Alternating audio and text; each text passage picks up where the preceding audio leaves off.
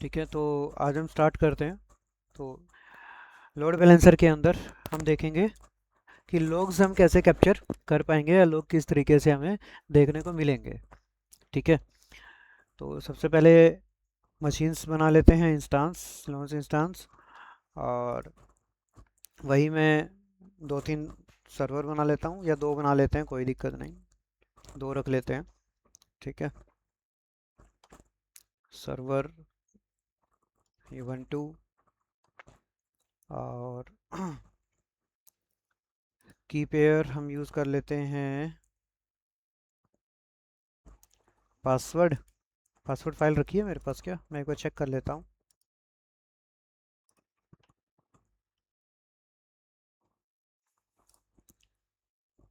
ठीक है, चलो। उसके बाद सिक्योरिटी ग्रुप, एचटीटीपी वगैरह अलाउ कर लेते हैं। और अच्छा, लास्ट में यूज़र डेटा भी डाल देते हैं। ठीक है, यहाँ पे जो हमने किया था, hash explanation bin bash scripting किया था ना, तो वो भी हम कर लेते हैं। तो क्या लिखते हैं, एपीटी अपडेट कर देते हैं पहले सिस्टम को कि इंस्टॉल होने के बाद ही ऑटोमेटिक अपडेट हो जाए। और इंस्टॉल कर ले, एपीटी इंस्टॉल nginx -y। ठीक है, ये काम कंप्लीट हो जाए और एक बेसिक वेबसाइट मेरी अपडेट हो जाए, जिसके अंदर मैं यहाँ पे डेटा लिख देता हूँ। इको, इको के अंदर मैं लिख देता हूँ दिस इज़ माय वेबसाइट। आप कुछ भी डेटा लिख सकते हैं यहाँ पे। ठीक है, तो ये कहाँ पे स्टोर हो जाए, स्लैश वार, वार में www, और वहाँ पे HTML के अंदर ये आपकी फ़ाइल स्टोर हो जाए। क्लियर है इतना? ठीक है, लॉन्च इंस्टेंस करते हैं तो इसके दो इंस्टेंस बन जाएंगे अभी अपने पास।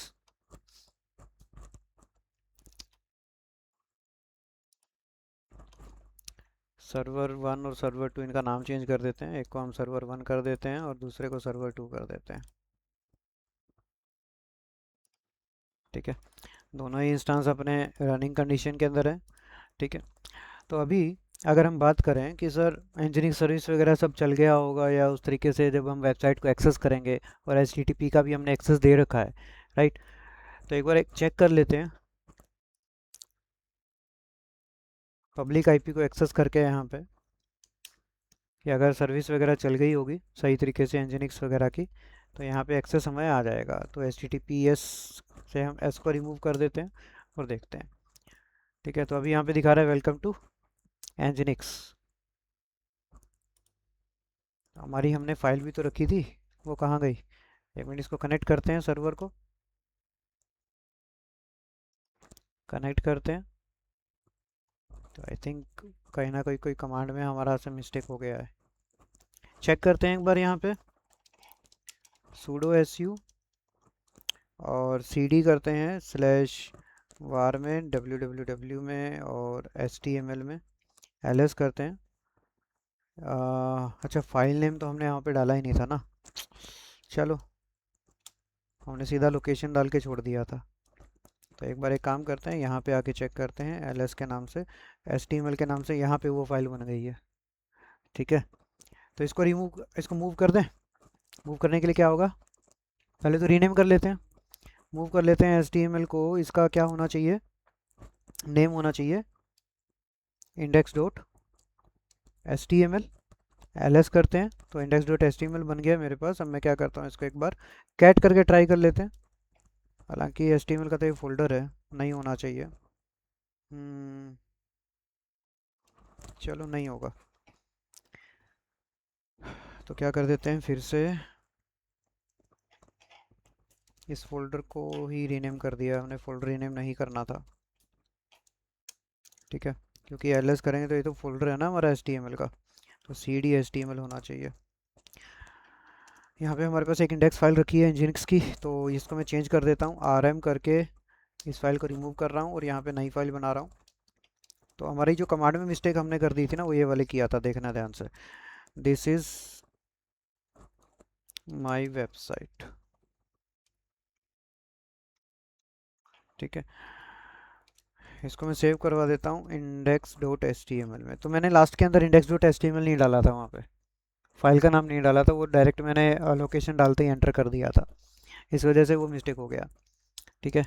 और अब अगर मैं इसको आके रिफ्रेश करता हूँ इस पेज को, तो दिस इज़ माय वेबसाइट मेरे को यहाँ पे शो कर रहा है। ठीक है। अब सर अगर मैं चाहूँ कि इसका जो भी लॉग्स वगैरह बन रहे होंगे या किसने इसको एक्सेस किया, कहाँ से एक्सेस किया, अगर वो मुझे देखना है, ठीक है, तो मैं ये कहाँ से देख सकता हूँ? अब जैसे मैंने ये वेबसाइट ओपन किया अपने सिस्टम में, ठीक है, आप लोग अगर अपने सिस्टम पर इस आईपी के थ्रू एक्सेस करेंगे तो कुछ ना कुछ तो लॉग जनरेट होंगे ना उसके। ठीक है। अब अगर हम बात करें लॉग्स की, तो लॉग्स आपको मिलेंगे कहाँ पे? तो आपको क्या करना है, सीडी करके वार में आना है। ठीक है। वार में आना है, वार के अंदर एक आपको मिलेगा यहाँ पे लाइक एक फोल्डर मिलेगा, ये मिलेगा आपको लोग के नाम से। ठीक है, वार में लोग। तो सीडी करके हम फिर से लोग के अंदर आ जाएंगे। लोग किसका देखना है हमें? लोग चेक करने हैं एनजिनिक्स के। तो ये एलएस करके चेक करो, यहाँ पे आपको एनजिनिक्स करके एक और मिलेगा लाइक दिस। ठीक है। तो एनजिनिक्स के लोग चेक करने हैं। ठीक है सर, कोई दिक्कत नहीं है, कर लेते हैं। तो सीडी करके एनजिनिक्स के फोल्डर में आते हैं। ठीक है। अब मेरी पूरी जो लोकेशन है वो क्या है, वार लोग एनजिनिक्स। इसके अंदर आपको दो फाइल मिलेगी, एक्सेस डॉट लॉग और एरे डॉट लॉग। ठीक है। क्या मिलेगा? एक्सेस डॉट लॉग और एरे डॉट लॉग। तो देखो एक्सेस डॉट लॉग और एरे डॉट लॉग। ठीक है। अब अगर मैं इसको कैट करता हूँ तो ये फाइल को मैं रीड कर सकता हूँ, है ना, क्योंकि लॉग्स फाइल तो रीडेबल फाइल होती है हमारी। बट अगर मैं कैट करके या नैनो करके इसका यूज़ करूँगा तो वो तो मेरे को एक ही बार के अंदर एक्सेस करके दिखा देगा जो भी लॉग्स बने होंगे। लेकिन मेरे को अगर रियल टाइम पे इसको चेक करना है, तो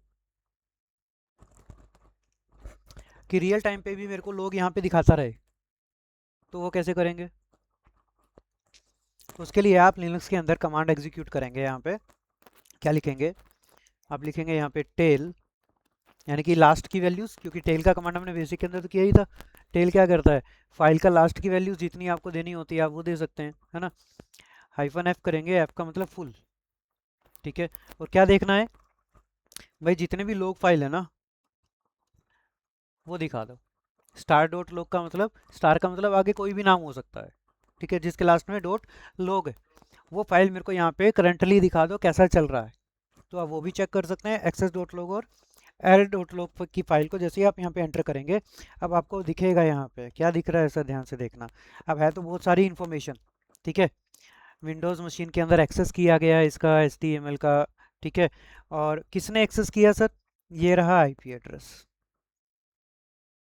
दिख रहा है आपको?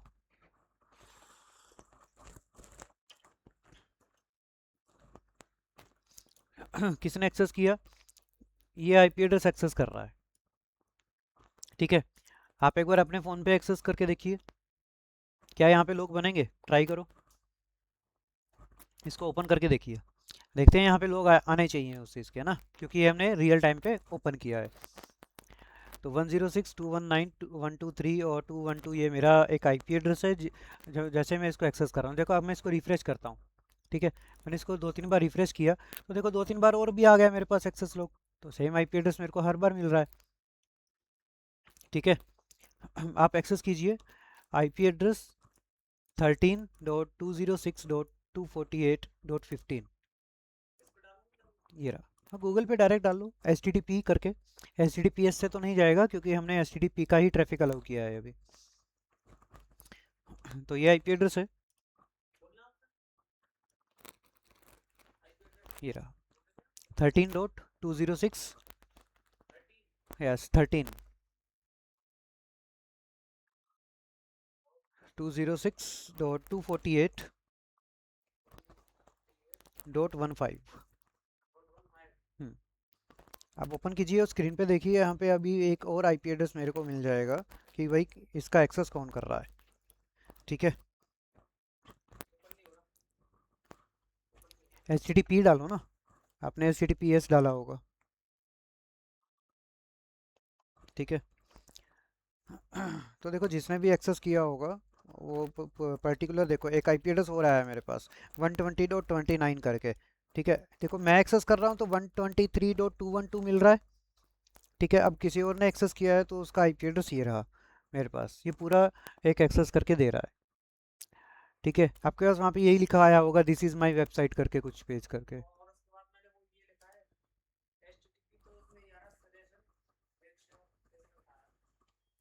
दिखाइए, अब देखो ना यहाँ पे क्या लिखा आ गया कि ये एंड्रॉयड में एक्सेस किया गया है ना। भाई ऐसे नहीं करना था, आपको करना है HTTP, ये कर दिया और दैट्स इट, और आप एक्सेस करेंगे। ठीक है, तो आप एक्सेस करते हैं तो ये आ गई आपके साथ। हाँ, ये लिखा हुआ आ जाएगा यहाँ पे। ठीक है, अब देखो मैंने यहाँ पे किया तो देखो लिनक्स एंड्रॉयड से आया और इसका आईपी एड्रेस ये रहा सर, 106.219। अब ये आईपी एड्रेस मुझे दे रहा है। ठीक है, अब क्यों दे रहा है, आप शायद वाईफाई से कनेक्टेड है यहाँ पे, है ना। वाईफाई से बंद करके एक बार डेटा से मैं लॉगिन करता हूँ, तो आप देखना यहाँ पे आईपी एड्रेस चेंज हो जाएगा आपका। देखो आपके और आईपी एड्रेस चेंज हुआ, क्योंकि वाईफाई से तो सेम ही सीरीज़ का आईपी एड्रेस उठा के वो कम्युनिकेट करवा रहा है। लेकिन जैसे आपने अपने डेटा के ऊपर गए, आईपी एड्रेस आपका चेंज हो गया है यहाँ पे, है ना। तो देखो किसका यूज़ किया आपने, क्रोम का यूज़ किया आपके एंड्रॉयड फ़ोन के अंदर। तो इस तरीके से मैं अपनी लॉग्स को चेक कर सकता हूँ यहाँ पे। ठीक है, तो लॉग्स चेक करने के लिए ये हमारे पास पूरा एक स्ट्रक्चर रहता है। इसमें कोई इशू वही किसी को कि हम लॉग्स कैसे चेक करेंगे, हमारे डिवाइसेस का एक्सेस कौन कर रहा है या सर्वर का एक्सेस कौन कर रहा है, कहाँ से कर रहा है। ठीक है, अब देखो मेरा जो एड्रेस था, मैं अब रिफ्रेश करता हूँ इसको। ठीक है, मैंने रिफ्रेश किया तो देखो 106.219.123.212 ये मेरा एड्रेस है। मैं रिफ्रेश कर रहा हूँ तो ये चीज़ मेरे पास चल रही है। और ये चीज़ अगर मैं आपको दिखाऊँ यहाँ पे आके, मेरा जो एड्रेस है, तो मैं यहाँ पे लिखता हूँ what is my IP address.com, इस वेबसाइट पे जाता हूँ। यही है ना आईपी एड्रेस, ये मेरा आईपी एड्रेस है जिसके थ्रू मेरा इंटरनेट चल रहा है ना। तो मैंने ही एक्सेस किया, तो वही चीज़ तो आपको यहाँ पे ये दिखा रहा है कि भाई इस आईपी के थ्रू, इस पब्लिक आईपी के थ्रू एक्सेस किया गया है उसको। ठीक है, तो इस तरीके से आप लोग चेक कर सकते हैं। अभी तो मैंने एक ही मशीन का दिखाया, अब सेम एज इट इज़ मेरे पास कोई दूसरा मशीन भी है, जैसे सर्वर 2 हमने बना रखा है। ठीक है, तो अब एक चीज़ आती है कि सर हमने थोड़ी देर पहले या एक दो सेशन में हम पढ़ रहे हैं लोड बैलेंसर के बारे में। तो सर लोड बैलेंसर के पास कोई ट्रैफिक आएगा, वो डायरेक्ट मशीन के पास तो नहीं आ रहा, तो वहाँ पे तो लोड बैलेंसर का ट्रैफिक हमें शो होना चाहिए, ऐसे होना चाहिए ना। चलो एक काम करते हैं, एक बार सर्वर 2 को भी एक्सेस करके इसके अंदर भी एक बेसिक वेबसाइट पेज ओपन कर देते हैं, बना देते हैं, ताकि जब एक्सेस हो तो सही तरीके से हमें वैल्यू मिल जाए उसकी। तो ये सर्वर 2 है, इसके अंदर भी मैं सेम पेज डाल देता हूँ, दिस इज़ माई वेबसाइट करके, और आईपी एड्रेस तो दोनों के अलग अलग होंगे, है ना। सूडो su करते हैं, cd, या cd की बजाय क्या करें, एंजिनिक्स चल रहा है या नहीं, पहले तो ये चेक कर लेते हैं। तो सर्विस एंजिनिक्स स्टेटस, ठीक है, एंजिनिक्स हमारा चल रहा है, कोई दिक्कत नहीं है। अब मैं क्या करता हूँ, डायरेक्ट यहाँ पे इको करता हूँ और इको पे लिख देता हूँ दिस इज़ माई वेबसाइट। ठीक है, और दिस इज़ माई वेबसाइट 2 कर देता हूँ यहाँ पे। कहाँ पे स्टोर करना है इसको, अब की बार मैं सही कमांड यहाँ पे लगाऊंगा, और /var, वार के अंदर www है, इसके अंदर html है। किस नाम से करना है, ये नाम लगाना हम लास्ट में भूल गए थे, इस नाम से करना है। ठीक है, चलो अब ये मेरा पब्लिक आईपी है इसका। अभी मैं इससे भी एक्सेस करता हूँ, HTTP, और पेस्ट करते हैं, ओपन करते हैं इसको। तो देखो दिस इज़ माई वेबसाइट 2, मेरे को शो कर रहा है ये, कोई इशू नहीं।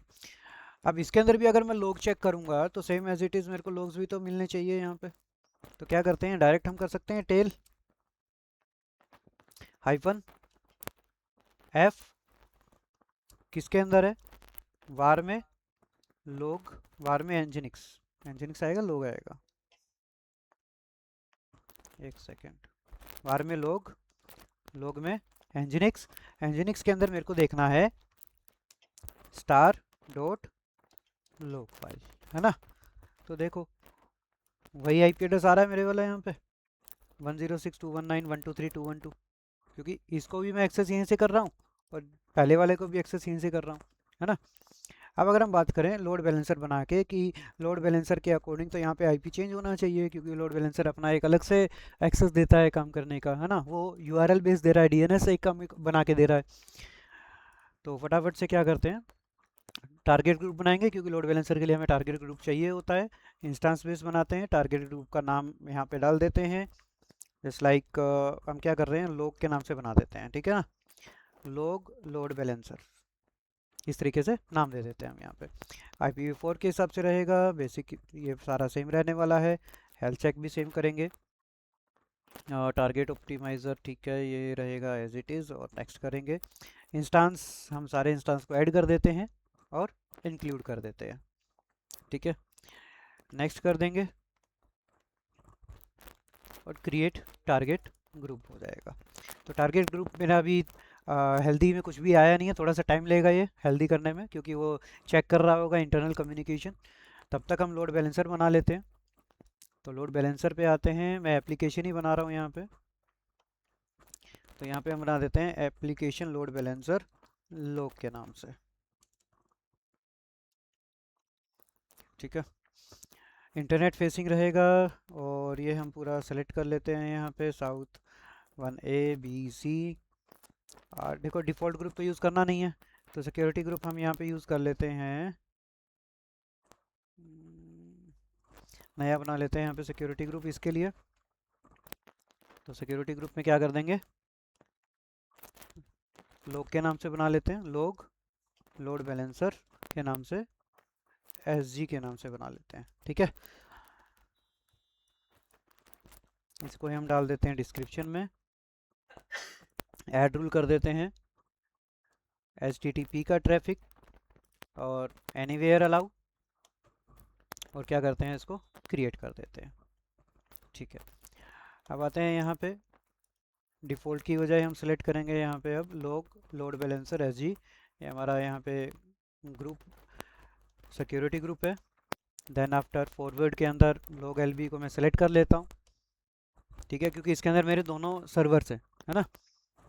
चलो, तो लिसनर वगैरह तो बाय डिफ़ॉल्ट सेट हो ही जाएगा यहाँ पे, और क्रिएट लोड बैलेंसर के ऊपर क्लिक करते हैं।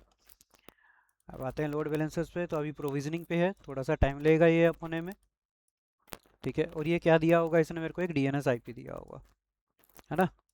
तो इस DNS को कॉपी करते हैं और अब ट्राई करते हैं इसको यहाँ पे एक्सेस करने का। तो अभी तो कुछ शो करेगा नहीं हमें, है ना, अभी शो नहीं कर रहा है। क्यों नहीं कर रहा है ये शो, क्योंकि सर लोड बैलेंसर अभी क्या है, हमारा प्रोविजनिंग मोड के अंदर चल रहा है। सिक्योरिटी ग्रुप हो गया, इंस्टांस हो गया, ठीक है। यहाँ पे हम आएंगे लोड बैलेंसर पे, तब ये प्रोविजनिंग पे है, तो जब तक ये एक्टिव नहीं हो जाता है यहाँ पे, स्टेट इसका ऑनलाइन होना चाहिए। चेक करते हैं इसको,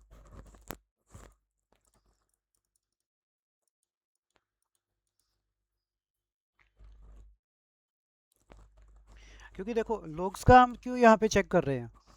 अब देखो हो सकता है कि आपके इंस्टांस पे या सर्वर पे किसी ने कोई अटैक किया, ठीक है, कोई साइबर अटैक हो गया, तो उस चीज़ का पता भी तो लगना चाहिए ना कि कौन से आईपी का कनेक्शन हुआ, उसके बाद से ये प्रॉब्लम आनी स्टार्ट हुई, क्या यूज़र आपका इंटरफेस यूज़ कर रहा था, किस टाइप का वो ऑपरेटिंग सिस्टम था, लोग्स के अंदर वो सारा आ रहा है ना, कि एंड्रॉयड से किया है या विंडोज़ से किया है या लिनक्स से किया है, कहाँ से एक्सेस किया है, तो सब आपको दिख रहा है ना वहाँ पे। इस वजह से यहाँ पे हमें लोग्स के बारे में पता होना चाहिए भाई। नॉर्मल इंस्टांस आपका है तो इंस्टांस का लोग आप कैसे बना सकते हैं, कैसे आप चेक कर सकते हैं, वो हमने देखा, ठीक है। लेकिन वही चीज़ अगर आपका लोड बैलेंसर की आपको देखनी हो तो, क्योंकि अब जो आपका ट्रैफिक बनेगा वो ट्रैफिक सीधा लोड बैलेंसर पे आएगा, लोड बैलेंसर से इंस्टांस पे आएगा। अभी तो डायरेक्ट इंस्टांस पे आ रहा था, लोड बैलेंसर था नहीं, अब बीच में लोड बैलेंसर भी आ गया। तो चेक करते हैं कि जब भी एक्सेस होगा लोड बैलेंसर के थ्रू तो किस तरीके से आपके सामने लोग आएंगे। मतलब इन्फॉर्मेशन तो आपको वैसी ही मिलनी है जैसे अभी मिल रही है, देखो, ठीक है, अभी भी वैसा ही मिलना है आपको पूरा इन्फॉर्मेशन।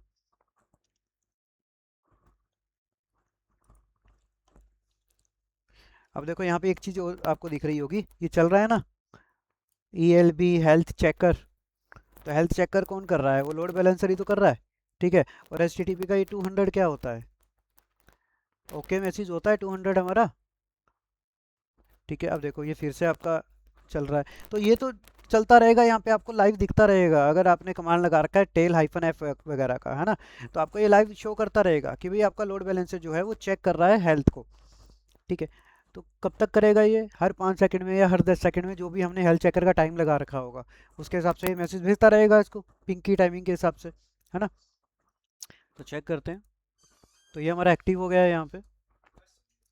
ठीक है, एक्टिव होने के बाद अब अगर हम यहाँ पे आके चेक करते हैं तो उससे पहले एक बार चेक कर लेंगे कि अब देखो यहाँ पे जो आपके लोग आ रहे हैं वो आईपी एड्रेस क्या है आपका, 172.31.32.250 आ रहा है। तो 250 क्या है ये? अब लोड बैलेंसर का आईपी है। पहले दिखा रहा था डायरेक्ट पब्लिक आईपी। ठीक है, अब दिखा रहा है कि भाई आपका ये जो ट्रैफिक आ रहा है लोड बैलेंसर से आ रहा है। चलो एक काम करते हैं, ये मेरा लोड बैलेंसर का लिंक है, राइट, इसको रिफ्रेश करते हैं तो पेज ओपन हो रहा है। ये कौन से का है? पहले सर्वर 1 का, राइट। तो सर्वर 1 के ऊपर आके अगर हम लोग चेक करें तो देखो आ रहा है, लेकिन हमारे पास आईपी क्या आ रहा है? एक ही तो आ रहा है यहाँ पे, 172, sorry this is my website, ये वाला होगा शायद, 32.250 करके, है ना। तो ये सारी चीज़ें आ रही हैं। तो एक दो बार और इसको रिफ्रेश करते हैं और फिर से इसको चेक करते हैं तो देखो, ठीक है, सेम ऐसी चीज़ें मिल रही हैं। एक्सेस किया गया है इसको, क्रोम के अंदर इसको एक्सेस किया है ना। तो ये आपको मिल रहा है यहाँ पे पूरा तरीके से एक्सेस किस चीज़ का? आपके लोग्स का, जितनी भी चीज़ें रहेंगी आपकी। ठीक है, और यहाँ भी सेम एज इट इज़ देखो, 172.31.3.0 करके वैल्यूज़ आ रही हैं आपके पास, 32.250 के थ्रू ये सारी चीज़ें चल रही हैं। तो लोड बैलेंसर भी आपका काम कर रहा है, कभी साइट 1 पे जा रहा है, कभी साइट 2 पे जा रहा है। ठीक है, ये तो सही तरीके से काम कर रहा है आपका, उसमें कोई इशू नहीं है। और जैसे ही आप यूज़ कर रहे हो आपके सामने लोग आ रहे हैं यहाँ पे, है ना।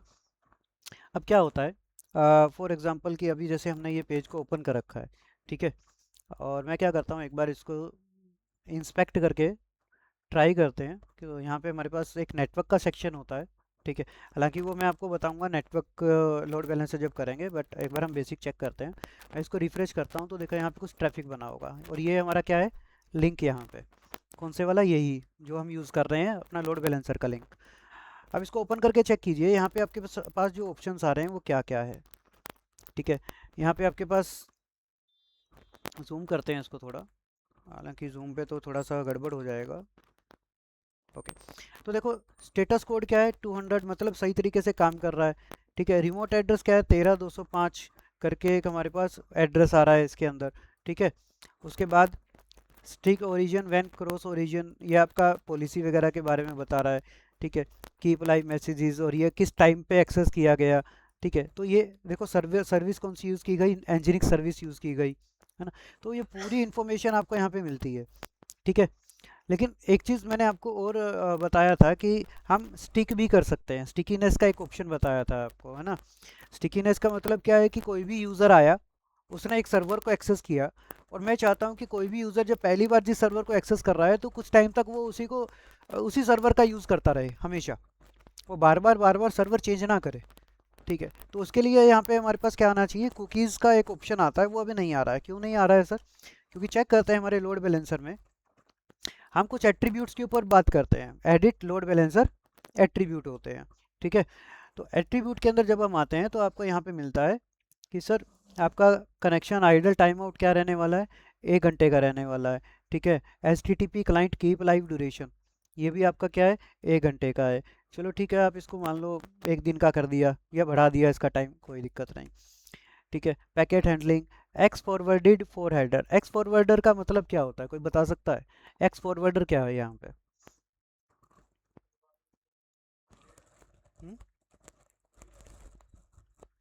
एक्स फॉरवर्डर, तो एक्स फॉरवर्डर का मतलब क्या होता है?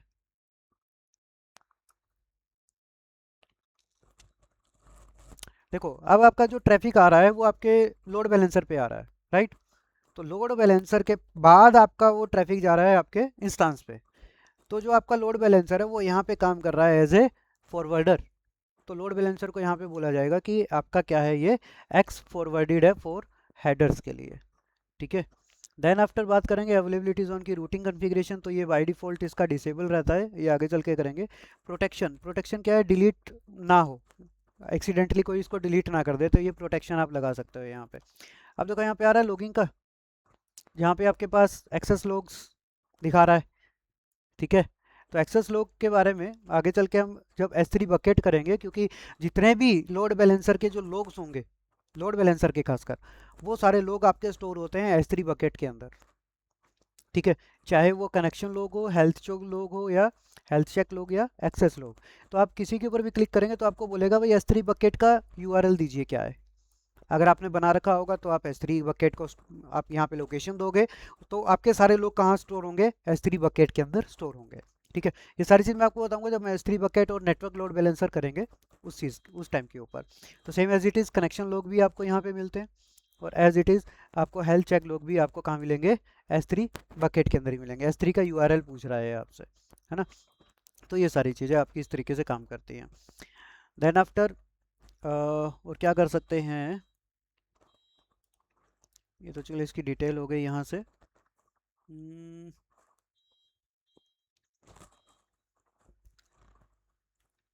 एक काम करते हैं, एक बार मैं एक्स फॉरवर्डेड को रिमूव कर देता हूँ यहाँ से, और एक बार इसको सेव कर देता हूँ, ठीक है। और फिर से एक बार आके यहाँ पे रिफ्रेश करता हूँ, तो मेरे पास नया ट्रैफिक आया होगा यहाँ पे, है ना, रिक्वेस्ट हेडर के अंदर और रिस्पॉन्स वगैरह के अंदर। तो आप देखेंगे कि यहाँ पे सर पहले मेरे को ना एक आईपी एड्रेस शो कर रहा था यहाँ कहीं पे, अभी नहीं कर रहा, जस्ट बिकॉज हमने क्या कर दिया, रिमूव कर दिया एक्स फॉरवर्डेड वाले सेक्शन को। इस वजह से कुछ इन्फॉर्मेशन यहाँ पे आती नहीं है। बट यहाँ पे अगर आप देखेंगे जनरल कैटेगरी के अंदर, तो यहाँ पे तो आपको मिलेगा सर ये पूरी इन्फॉर्मेशन, ठीक है। 304 यहाँ पे स्टेटस कोड दिखा रहा है, ये क्या है, नोट मॉडिफाई है, कि यहाँ पे ये कोई मॉडिफाइड इन्फॉर्मेशन नहीं आई है, क्योंकि ये आपकी ओल्ड इन्फॉर्मेशन है, ठीक है। अब यहाँ पे आपके पास एक और सेक्शन आता है जो मैं कुकीज़ के बारे में बात कर रहा था। तो एक काम करते हैं, फिर से लोड बैलेंसर पे आते हैं, और यहाँ पे क्या करते हैं, एडिट करते हैं, और एक्स फॉरवर्डेड को अपेंड कर देते हैं। देखो, preserve host address, host header. तो होस्ट हेडर के अंदर क्या करेगा, application load balancer should preserve the host header, यानी कि HTTP की जो रिक्वेस्ट जाती है उसके अंदर जो भी आपकी वैल्यू जाएंगी वो हाइड रहेंगी, क्योंकि सबसे पहला जो वैल्यू जाता है वो HTTP का हेडर जाता है हमेशा। तो HTTP हेडर के अंदर होस्ट की कोई वैल्यू ना आ जाए, उस चीज़ को प्रिजर्व अगर आप करना चाह रहे हैं तो यहाँ से आप प्रिजर्व कर सकते हैं, ठीक है। और अगर हम देखें थोड़ा सा इसके अंदर, कनेक्शन टाइम आउट है, उसके बाद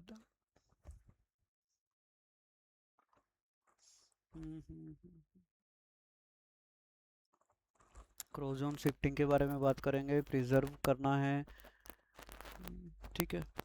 कनेक्शन आइडल टाइम आउट को भी हम थोड़ा सा इंक्रीज कर देते हैं, इसको भी ज़ीरो कर देते हैं, और सेव चेंजेस करते हैं। अब देखते हैं कि क्या यहाँ पे कोई ऑप्शन ऐसा दिखाई देगा मेरे को जिसके अंदर मेरे पास ऑप्शन आए कुकीज़ का कुछ करके। तो अभी नहीं आएगा, क्योंकि वो आपका यूज़ होता है नेटवर्क लोड बैलेंसर के साथ, वहाँ पे आपको चीज़ें शो होंगी, कुकीज़ वगैरह का ऑप्शन आएगा यहाँ पे। नेटवर्क के अंदर हैं, ठीक है, जनरल, और ये सारी चीज़ें चेंज हो गई। एंजनिक सर्विस है, हम्म, ठीक है। तो अब अगर मैं हर जगह पे जाके फिर से लोड को चेक करूँगा, तो देखो हर हर बार मेरे को जो एक्सेस दे रहा है ये 32 250 का ही मुझे एक्सेस मिल रहा है यहाँ पे हर एक मशीन के ऊपर, अगर आप चेक करेंगे जाके, ठीक है। अब मैं फिर से इसको रिफ़्रेश कर दूंगा, कितनी बार भी आप रिफ़्रेश करेंगे तो देखोगे यहाँ पे आपके लॉग्स क्रिएट होते रहेंगे हर बार, ठीक है। तो इसमें कोई इशू अभी लॉग्स वगैरह के अंदर कैसे आप चेक कर सकते हैं, इंजीनियरिंग सर्विस के अंदर जाके आप इंस्टेंस के लॉग्स को मॉनिटर कर सकते हो, ठीक है। हाँ, लोड बैलेंसर के जो लोग्स हैं वो हम करेंगे उस टाइम पे जब हम S3 बकेट कंप्लीट कर लेंगे। उस टाइम पे हम चेक भी करेंगे कि लोड बैलेंसर के साथ S3 बकेट को किस तरीके से ऐड ऑन करना है, और फिर वो जो लोग्स वहाँ पे बन रहे होंगे वहाँ पे क्या इन्फॉर्मेशन हमारे सामने आ रही है, वो सारी चीज़ हम चेक करेंगे आगे चल के, ठीक है। तो इसमें कोई क्वेश्चन है किसी का तो प्लीज़ बताइए मेरे को एक बार, अगर कोई क्वेरी है तो आप पूछ सकते हैं।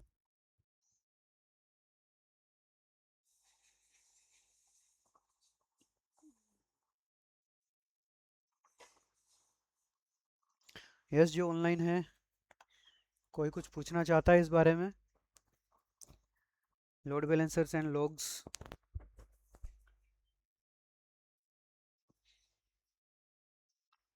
या नेटवर्क लोड बैलेंसर भी अभी कंप्लीट कर लें?